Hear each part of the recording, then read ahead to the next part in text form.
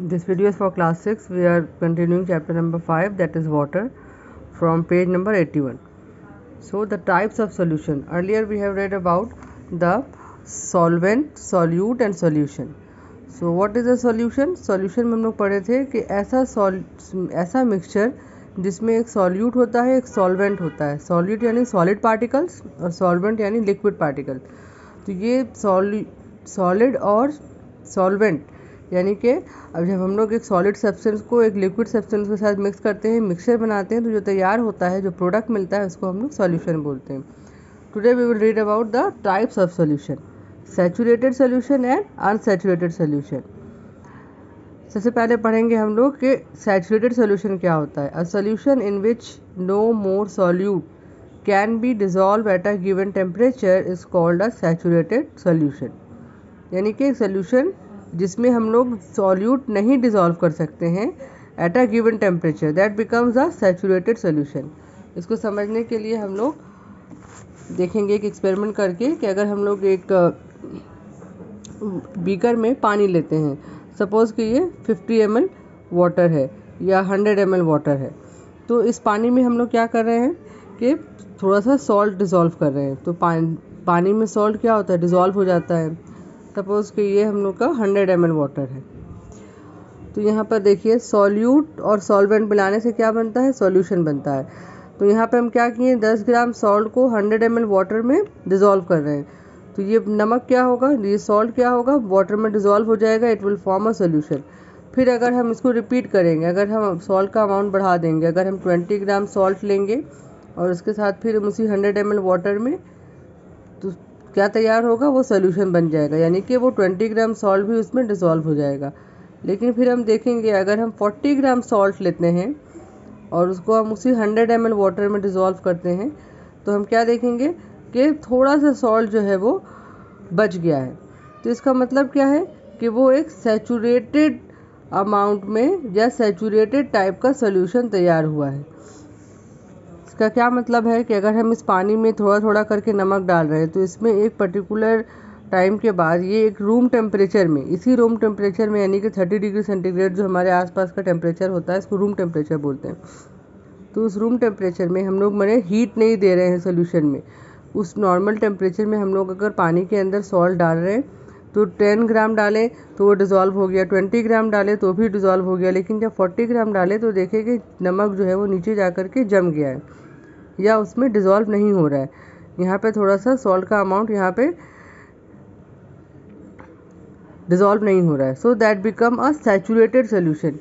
तो क्या बताता है कि जब ऐसा सॉल्यूशन तैयार हो जाए जो डिज़ोल्व नहीं करे, no more solute can be dissolve at a given temperature, यानी अगर हम टेम्परेचर राइज नहीं करते हैं, हीट नहीं देते हैं सॉल्यूशन को, तो हम क्या देखेंगे कि अगर ऐसा सॉल्यूशन जो सॉल्यूट को डिज़ोल्व नहीं कर सकता है, तो वो कैसा सॉल्यूशन बन जाता है, saturated solution. It doesn't have the ability to dissolve more solute, वो अपने अंदर और सॉल्ट को डिज़ोल्व नहीं कर सकता. So it become a saturated solution. और जब तक कि वो डिज़ोल्व कर रहा था, तो that was an unsaturated solution. A solution in which more solute can be dissolved in a solvent at a particular temperature is called unsaturated solution. यानी कि पहले का कंडीशन, यानी जब 100 ml हम पानी लिए थे, इसमें 100 ml वाटर है और इस वाटर में जब तक कि हम 10 ग्राम सॉल्ट ऐड कर रहे थे, तो जब 10 ग्राम सॉल्ट ऐड किए तो वो डिज़ोल्व हो गया. जब हम उसमें 20 ग्राम सॉल्ट ऐड किए तो भी वो डिज़ोल्व हो गया. तो ऐसा solution which has the ability to dissolve more solute, then that is a unsaturated, मतलब उसमें अभी और कैपेसिटी है डिज़ोल्व करने का, तो इट इज़ अनसैचुरेटेड. और जब कैपेसिटी ख़त्म हो जाता है तो क्या होता है, उसमें सॉल्ट नीचे बच जाता है, बीकर में नीचे जम जाता है और वो डिज़ोल्व नहीं होता है. So it become a saturated solution. माने इस पानी में जितना कैपेसिटी था उतना सॉल्ट उसमें मिक्स हो चुका है, बाकी सॉल्ट यहाँ पे जम जाता है. और जब तक कि वो पानी सॉल्ट को अपने अंदर डिज़ोल्व करता रहता है, तब हम उसको बोलते हैं unsaturated solution, because this water has more ability to dissolve solute. इसको हम लोग फिर से पढ़ेंगे. A solution in which more solute can be dissolve, ज़्यादा सॉल्यूट हम डाल सकते हैं उस सॉल्यूशन में, in a solvent at a particular temperature, here in this case we are also not raising the temperature, हम इसको हीट नहीं दे रहे हैं। कोई चीज़ को गर्म करेंगे तो क्या होगा, उसका डिज़ोल्विंग कैपेसिटी बढ़ जाता है। गर्म पानी में अगर हम ये नमक डालेंगे तो वो ज़्यादा नमक को डिज़ोल्व कर सकता है, लेकिन अगर हम टेम्परेचर राइज नहीं करते at the same temperature, if a solution is able to dissolve more solute, then that is a unsaturated solution. So these are the two types of solution, saturated and unsaturated. Now what is aqueous solution? A solution in which a solute is dissolved in water is called aqueous solution. तो solution बहुत तरह का होता है। हम किसी alcohol में dissolve करते हैं, किसी ऑयल में डिज़ोल्व करते हैं, कोई और केमिकल में डिज़ोल्व करते हैं। लेकिन अगर हम सॉल्ट को या कोई भी तरह के सॉल्यूट को, कोई एक सब्सटेंस को अगर हम पानी में डिज़ोल्व करते हैं, then that become aqueous solution. So it can be any chemical, सिर्फ सॉल्ट या चीनी शुगर को ही नहीं बता रहे हैं, कोई भी केमिकल को अगर हम पानी के साथ उसका मिक्सचर बनाते हैं, then that mixture is called aqueous solution. aqua word आता है वाटर से। Now solubility यानी कि this is the characteristics of a liquid. कोई भी एक लिक्विड का कितना कैपेसिटी है अपने अंदर सॉल्यूट डिज़ोल्व करने का, that is called solubility. The maximum amount of a solute that can be dissolve in 100 gram of a solvent to form the saturated solution at a given temperature is called its solubility. कोई भी तरह का एक solvent है, कोई liquid है जिसके मतलब वो उसका 100 ग्राम का सॉल्वेंट है, तो वो जितना ज़्यादा सॉल्यूट अपने अंदर डिज़ोल्व कर सकता है eight a particular temperature, that is it's solubility. वो उसका कैपेसिटी है, वो उसका पर्टिकुलर कैरेक्टरिस्टिक्स है कि 100 ग्राम हम अगर कॉपर सोल्यूशन लेते हैं तो वो कॉपर सोल्यूशन अपने अंदर कितना कॉपर डिज़ोल्व कर सकता है, वो उसका सॉल्यूबिलिटी है। अगर हम 100 ग्राम वाटर लिए तो उस वाटर का वो कितना अपने अंदर सॉल्ट या कोई भी केमिकल को डिज़ोल्व कर सकता है, that become its solubility.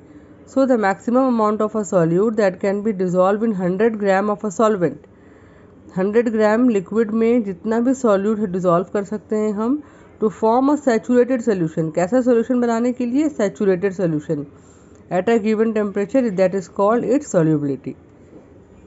Different substance dissolve in different amount in water under the same condition. So this is the particular characteristics of water. Now we will continue from page number 82. The solubility of a substance in water generally increase with an increase in temperature. ये भी हम लोग पढ़ें कि अगर किसी liquid का या कोई भी सब्सटेंस का अगर हम लोग टेम्परेचर से हीट बढ़ाते हैं तो क्या होता है, उसका सॉल्युबिलिटी यानी डिज़ोल्व करने का कैपेसिटी किसी सब्सटेंस को बढ़ जाता है। Now how to recover a solute and a solvent from a solution? किसी सॉल्यूशन से हम सॉल्यूट या सॉल्वेंट को अलग कैसे कर सकते हैं? जैसे हम लोग क्या पढ़े हैं अभी कि सॉल्यूट और सॉल्वेंट को मिलाने से सॉल्यूशन बनता है। तो अब बता रहा है कि अगर एक सॉल्यूशन आपके पास है, मान लीजिए कि चीनी और नमक का या नमक और पानी का सॉल्यूशन है, तो उसको आप उसमें से आप नमक को यानी सॉल्यूट को अलग कैसे कर सकते हैं? How we can recover a solute and a solvent from the solution. So here is example. The solute and the solvent can be recovered from a solution by the process of distillation. So just remember the name of the process, that is distillation. Let us understand by this taking an example. यहाँ पर example आपकी book में दिया हुआ है next paragraph में. We can heat the salt solution. अगर एक सॉल्ट सोल्यूशन है उसको हम लोग क्या करेंगे, उससे सॉल्ट को रिकवर करने के लिए हम लोग उसको हीट करेंगे. The water will evaporate and that solute will be left in the distillation flask. जो एक बीकर में हम लोग क्या लिए, सॉल्ट सोल्यूशन लिए, नमक और पानी मिला हुआ सोल्यूशन लिए, उसमें क्या किए, उसको अगर हीट करेंगे तो वाटर एवापोरेट हो जाएगा और सॉल्ट जो है वो बच जाएगा। Water vapour condense and collected in a flask. In this way we can recover salt that is solute and water that is solvent. जो लिक्विड पार्ट था वाटर वो एवापोरेट हो गया, उसको हम लोग कैसे जमा कर सकते हैं, उसके ऊपर अगर हमें फ्लास्क लगा देंगे उल्टा करके तो उसमें क्या होगा, जितना भी वाटर वेपर है वो कंडेंस हो जाएगा और वो सेपरेट हो जाएगा। So in this way we can separate a salt solution by the process of distillation.